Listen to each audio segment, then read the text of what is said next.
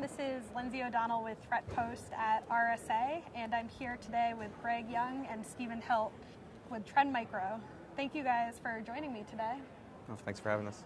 Just to start off, can you guys introduce yourselves and give some background on your roles with Trend Micro for the audience? Yeah, for sure. I'm Stephen Hilt. I'm a senior threat researcher within Trend Micro Research.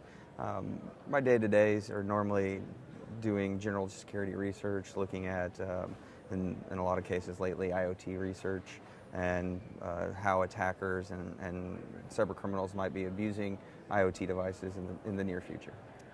Great. And Greg Young, Vice President of Cybersecurity with Trend.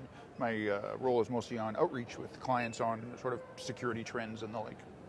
Great. So you guys at RSA have unveiled a new IoT report that talks a bit about smart homes and kind of the different security issues that are in smart homes and kind of complex IoT environments. Can you tell us a little bit about the report and what the key takeaways are from that? Yeah, so we released a report about, as we define it, complex IoT environments, which is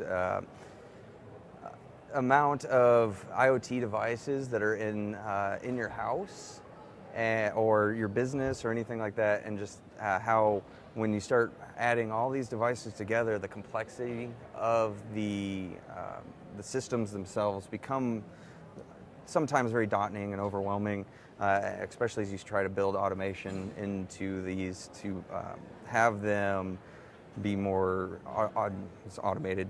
You build very complex rule sets and logic that we took a lot of time to look at and try to figure out how an attacker could abuse the logic. Mm-hmm.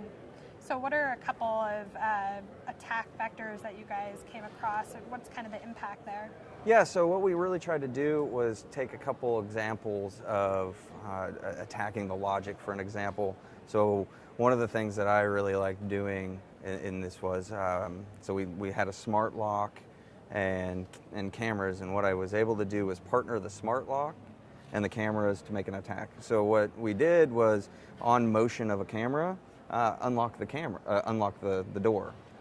So this, if an attacker had access to the logic and was able to write such a rule, all he'd have to do is walk by the camera, and the door would unlock for him just to walk in. Right, that's so interesting, because Yeah. I feel like all these different smart home connected devices are all interconnected in their functionalities at this point. So yeah, and they're just becoming more and more connected, and you really want them to be connected, so you have things that ease your life and make things easier. Otherwise, why would you have them? Right.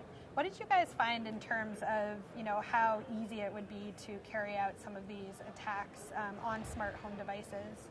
Yeah, so we really looked at the automation servers that control all the devices themselves. Mm-hmm. And so at the initial part of the research, a lot of the research itself was more, the devices themselves didn't support very good authentication, and was more open authentication, where you could just go to the website of the home automation platform and be able to just log it, just go to it and be able to control things directly. You can click on a button to unlock a door, turn on lights, right. View the cameras, things like that. All that was there. Over the course of the research that we did, there have been updates to these platforms, and they do more and more authentication, mm-hmm. and more proper authentication. Mm-hmm. So it's an evolving, very quick field, and they have trying to address security concerns pretty rapidly as they're trying to push it forward pretty quickly. Right. Yeah, no, that's really interesting. I feel like another piece of connected devices is there's so many different pieces to them, from hardware to software to kind of the app development piece of it. Yeah. What would you say, if it's possible to kind of pinpoint, is there a certain piece of an IoT solution that's more easily vulnerable than others, or is it kind of across the spectrum? So it's how you implement all these things together, and then how you present them. So in a lot of cases, the insecurities come from them accidentally being exposed to the internet. Mm-hmm. Yes, they're insecure on your own network, but the attack footprint's smaller. Somebody has to be already on your network So we also recommend that you segment these things into, even in your home, to having a separate network where these devices are, so you greatly reduce the amount of probability of attacks. So when you start decoupling all those things and you can make it, it's the amount of people doing home automation versus the amount that's actually exposed on the internet. I feel that it's a pretty good number that are accidentally being exposed because people want to see them on the internet. Right. But we need to make sure it's being authenticated and we're keeping them up to date, because in a lot of cases these people, the people running these systems aren't updating the systems. Once you have it up and running, you keep it static so you don't have to do constant changes. Because even some of the times when I run an update on mine, things break and I have to rewrite some of the rules or change some things or how things are working. Yeah, I'm curious too in terms of the users of these devices. Do you see, what kind of user awareness do you see when it comes to IoT security? Do you think that there's any sort of concern there, or is it still kind of... Yeah, so if you go through the forums, people care about security. Right. Most of these platforms have a very active community base, and a lot of people have really good security mindset. So if somebody copies and pastes, like, say, a configuration, and it has some sensitive information that people are already out there saying you need to change that post so it's not out there, and these are the reasons why you wouldn't want to post it that way. So there's a lot of people who are very security conscious in these groups, and everyone's trying to make it better and more secure as we go. Right. I feel like another piece of it too is the fact that in the smart home there's an aspect of privacy, so it's not just DDoS attacks or other main security issues. It's also eavesdropping or spyware or other things. One of the things we talk about in the paper is the ability to also abuse the logic for spying. So what we did was we made a notification rule that when there was motion on cameras, upload pictures of it to a Slack that we controlled. Right. Of course, this was in a lab in our tests, but we could do this on any of the ones that were exposed to the point where I had the ability to change the logic. That's creepy, Yeah. for sure. Yeah. So looking ahead, when we're thinking about IoT security in general, where do you see IoT security going? Do you think that it's going to get better? Do you think it's only going to get worse from here? I'm curious, kind of your thoughts on that. I think a lot of the security is going to stay the same. It's just there's going to be a whole lot more of it. So today there's about 1 billion devices being added every year, and generally they're insecure. When you add the controllers on top of it, there's a whole kind of infrastructure that can be attacked now. Definitely for buyers, they can make selections, so there's some products that are going to be more secure than others. It won't always be the cheapest one, it probably won't be, so you can use your dollars to try to find ones where there is some security talked about or added there.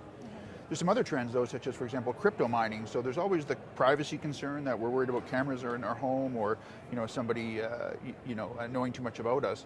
But instead, there's using these other trends, such as using device resources to mine for Bitcoin.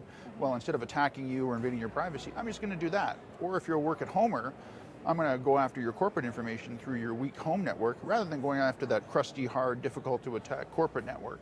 So those, I think, are probably the two biggest ones. Yeah, no, that's a really good point about crypto mining, and I feel like attackers are really kind of evolving their techniques too. So that's a really good point.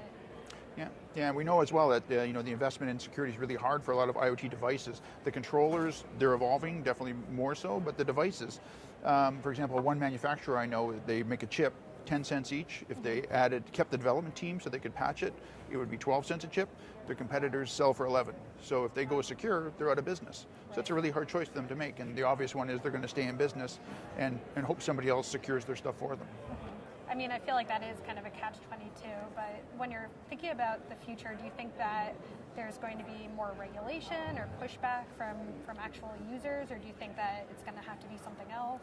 I think it's going to be just recognizing these devices are insecure and surrounding them. So like Stephen said, you're going to segment them, you're going to surround them with good security, secure your router. You can patch things virtually using things like intrusion prevention systems to protect them. Even if you can't patch this device, you can at least protect them. I think that's where the future is. I don't think standards are going to help us.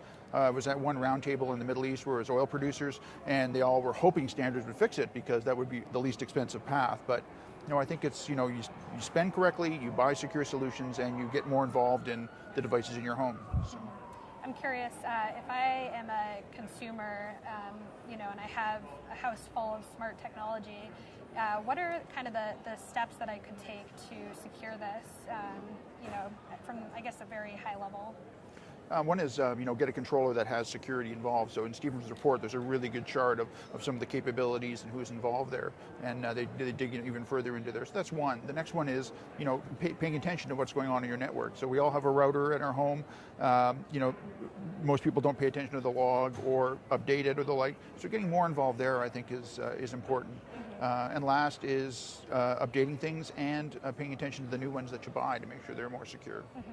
Great. Well, those are good pieces of advice to keep in mind. Yep. So, Greg, Stephen, thank you so much for joining us today at RSA. Good. Thank you.